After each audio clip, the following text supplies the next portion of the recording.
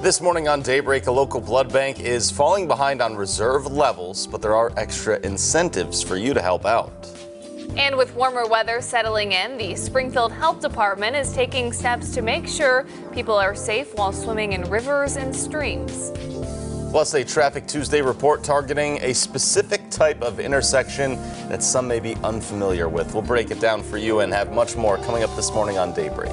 Good morning and thanks for waking up with us. It's Tuesday, May 28th. I'm Lauren Barnes. And I'm Joe Morano. Plenty to get to this morning as a lot of people starting up the short work week, right? Yeah, yourself included. How was the 3-day weekend? It was always good. Yeah, I went around, saw some friends, and had some nice reunions of sorts with some high school buddies and things. So it was good to do, good to travel around, and hopefully a lot of people didn't deal with the traffic on the way back yesterday, because I noticed that it was piling up at times, you know? Yeah, I'm sure Monday of Memorial Day is one of the biggest traffic days. So, all right, but we're ready to get back at it, and I did notice driving back into town, very warm, very sunny yesterday, right? Yeah, we had some storms to the north in the morning, but the afternoon wound up being sunny, pretty warm. Our high yesterday was 86.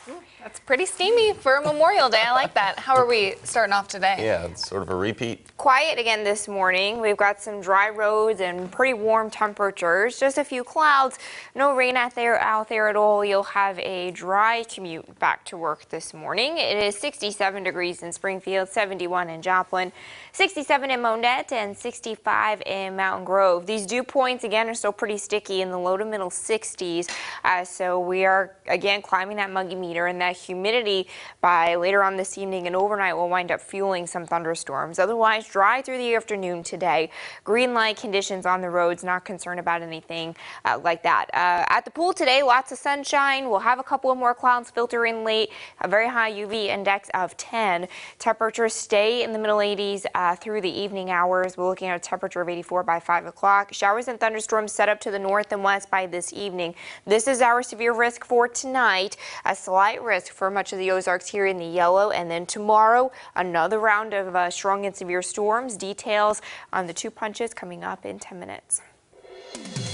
We start with some breaking news this morning. The Missouri State Highway Patrol has confirmed that a person has died after swimming in Lake of the Ozarks late last night. 27-year-old William Gordon Price was confirmed dead by the Camden County Medical Examiner just about 4 hours ago. Troopers say he was swimming from a boat in the Grand Glaze arm of the lake. This is Troop F's first boating fatality of the year. The Holiday Heroes blood drive is still going on right now. The Community Blood Center of the Ozarks says it's hard to get the 200 required daily donations during the holidays, so the center is currently short on supply of negative blood types. A negative, B negative, and especially O negative, which is the universal donor. We've tried to make up ground, but after this long weekend, we're going to find ourselves short again come Tuesday morning for sure. So if you could not make it this weekend, you can still donate today and have a chance to get some extra rewards, too. That includes gift cards, movie passes, even a $5,000 vacation voucher. For more details and the blood center hours, visit cbco.org. Some more local news for you in the Ozarks. Hundreds gathered at the Springfield State Veterans Cemetery yesterday to honor military men and women who have died serving the country.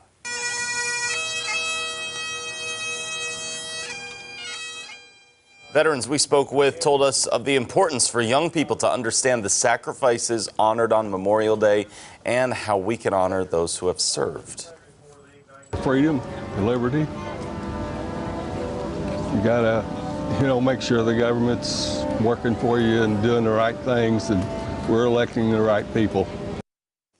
And at Wilson's Creek National Battlefield, members of the Sons of Union Veterans were part of a unique Memorial Day program. They presented a military timeline and taught visitors about soldier life during America's major conflicts going all the way back to 1775. Visitors had a chance to see equipment and weapons to get an idea of what soldiers experienced. Since the U.S. was founded, more than 1 million soldiers have died serving our nation. And the health department is partnering with the Watershed Committee of the Ozarks to monitor select stream and driver locations for the presence of E. coli. Samples are collected from 5 area swimming locations weekly. The health department encourages you to never swallow stream water and don't swim when water is contaminated. City officials say the stream testing serves as a public education chance for the community. A lot of people are out recreating in the streams over the summer, so we just want them to have that knowledge to know what the E. coli levels are so they can make a judgment call if they want to go out and go swimming or not. Testing sites are selected based on the likelihood people might come in contact with the water, so those locations include the James River, Galloway Creek, Lake Springfield, Little Sauk River, and Wilson's Creek. We have a Traffic Tuesday report to bring you. Missouri motorists are familiar with the term diverging diamond after the intersection started popping up here back in 2009. Yeah, with summer almost here now and out-of-towners making their way to the Ozarks more and more, a diverging diamond refresher is always welcomed, right? Hannah Zettel is in studio this morning with our Traffic Tuesday tip. Good morning, Lauren and Joe. It's a little strange at first when asked to drive on the left side of the road, but once motorists get the hang of it, diverging diamond intersections are proven to save you time on your commute while keeping you safe. Springfield is known around the country for many things, including installing the nation's first diverging diamond interchange. Those are the kind of interchanges that you're going to come to and you're going to cross over to the other side and almost drive on the wrong side of the road. The ideal setting for the diverging diamond is an interchange with heavy left turn traffic onto a highway that could be dangerous during rush hour. So where we've got a lot of left turning traffic rather than the through traffic on that arterial street, it really helps to increase the capacity, and so that way we're able to get more cars through. Traditional diamonds leave room for 30 conflict points, while the diverging diamond cuts that down to 18. District Traffic Engineer Cindy Dunaway explains the interchange's other benefit.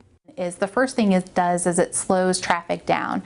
So if you're going straight through, so let's say you are at Kansas and 44, if you were going straight southbound, you kind of have to slow down a little bit as you cross through the first signal and then you cross back over to the second signal. So by slowing the traffic down, you're automatically creating what we call like a traffic calming situation. Even though diverging diamonds are intended to improve safety, motorists that do not have experience with the interchange can get confused and possibly cause an accident. We obviously don't want to put something in front of a driver that confuses them, so we try to do all we can when it comes to signing and striping on the roadways, adding some additional.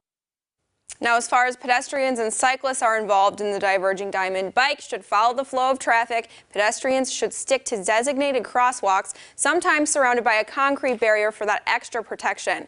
That'll wrap up this week's Traffic Tuesday tip. If you have a traffic question you want answered, let me know on Facebook or Twitter, and it might be featured. Moving on now, we need to put crime into focus this morning. A Springfield man connected to a series of burglaries back in 2017 is due in a Greene County courtroom this morning for a sentencing hearing. His name is Michael Kosey. He's pleaded guilty to 2 counts of burglary in the first degree, 1 count of attempted burglary, and 1 felony stealing charge after he and 2 others reportedly broke into homes in East Springfield. Jason Bettendorf was sentenced to a combined 37 years for his role in these burglaries earlier this month. In your education coverage, the Greene County Family Justice Center is closer to moving into the historic Taft School near Pythian and Fremont. The news leader reports Springfield Public Schools voted last week to make Taft a surplus property, which opens it up to being sold. However, before the Domestic Violence Center can buy it, the district has to consider other offers and how they would affect the community. No decision has been made just yet. Also, to complicate things a bit, anyone who acquires the building will need to honor an agreement with the O'Reilly Gymnasium next door. The Taft School was a former elementary school and has not been used in recent decades. It's valued at around $325,000. Plenty more coming up for you this morning on Daybreak. A possible car company merger could be in the works. Plus, Sports Illustrated has been sold. That's all in your Money Watch up next. From Color 10 Ozarks First, Lauren Barnes, Joe Morano, and weather with meteorologist Elisa Raffa. This is Color 10 News Daybreak.